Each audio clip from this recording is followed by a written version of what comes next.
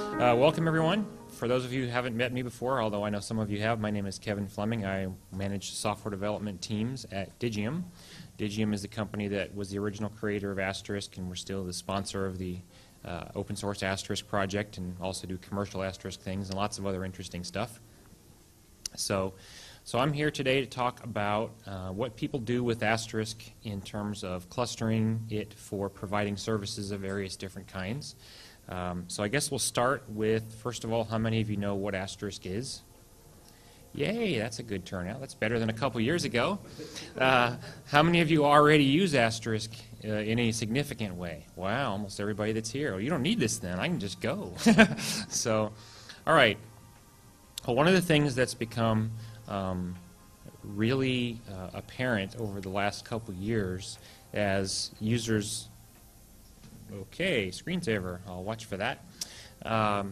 As users like this community, as opposed to small business users, have begun using Asterisk, is that it's obviously useful as much more than just a small business phone system, which was its original intent. And so there's lots of really interesting things that are being done with it. One really cool one, which I'm going to be talking about in the next session that I'm also a part of mashing Asterisk with other technologies. So what we'll do here is we'll talk a little bit about Asterisk itself, for those of you who don't know the entire background of it. I won't spend a whole lot of time on it. Most people here already knew what Asterisk was, so I assume you already know that it's open source, licensed under GPL version 2. We primarily run on Linux. That's what we do the bulk of our development on, although it also runs on Solaris and Mac OS X, and as of our development version, actually runs on Windows now as well, which someone from the community contributed. So, but for those of you who haven't really worked a lot with open source technologies, these are pretty much the bullet points of why you might want to consider doing that. There's a lot more to it than just the fact that you might have something available to you that isn't available in a commercial piece of software. There are, for lack of a better way to say it, political reasons and economical reasons and lots of other reasons that you may want to consider using open source software. But some of these are really, really important. And especially in the voice communications world, we're seeing commercial companies producing products with more and more and more complicated features. And one of the big differences between commercial product development and open source product development is how those features arrive. In the open source world, features get put into the product because someone actually needs it. Whether that's someone out in the community that develops it, someone that contacts us and says, hey, I wish this was there, or whatever. That's not always the case in the commercial world, and in a lot of cases you'll receive a new version of some product that you bought that claims to have 600 new features, and you look at them and you go, I can't figure out what any of these are for or what I would do with any of these.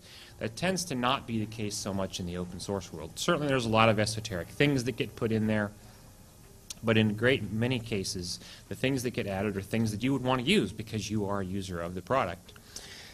And the other thing that is a big differentiator between open source development and non-open source development, even if the software is not freely licensed, there are open source products out there that are not free to use, but the source is available. There are many, many, many more people looking at the code, looking at the new features that get added and the code that gets written, watching for security problems, watching for bugs, and lots of other things. As an example, we currently have probably, I would say, somewhere between 40 and 50 people who regularly contribute code to Asterisk. That's either people that we employ to do that or people from the community that are contributing code. They may be employed to write that code, or they may just be people that are volunteering or whatever. But in spite of the fact that there's about 50 active developers, there are about 4,000 people that read our development mailing list and pay attention to all the things that we're talking about what we're going to do and why we're going to do them, and get their input. And even more interestingly than that, there are over 1,000 people that read the mailing list that just echoes out all the code changes that we make. So every time we make a change in the code of Asterisk, that change gets sent out to a variety of different mailing lists for people to watch.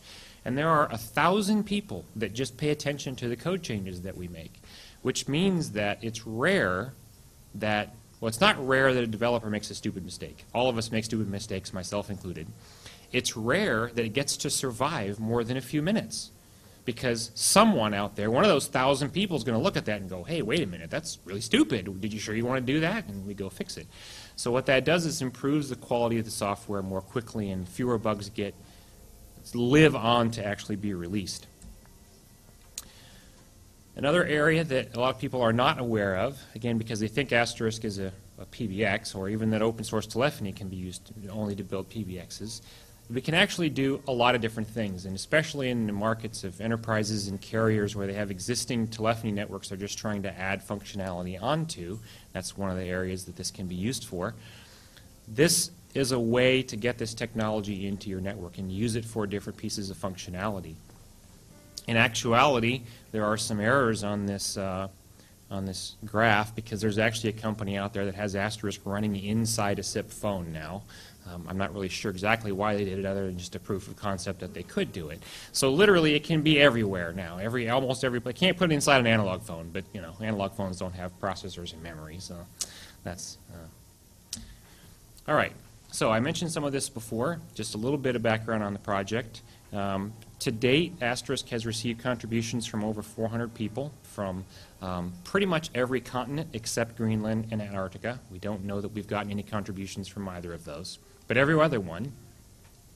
And the interesting thing is that even though Asterisk has matured quite a lot, does what a lot of people want it to do, and that we, as a company behind it, now employ a lot of developers working on it, when we do a major release, there's still somewhere between half and 2/3 of what's new in there in terms of new functionality, not bug fixes and improvements in the code, that actually came from the open source community, which means the product is still evolving along the lines of what the users want, not what some marketing department or other, or corporate organization has decided the product should become.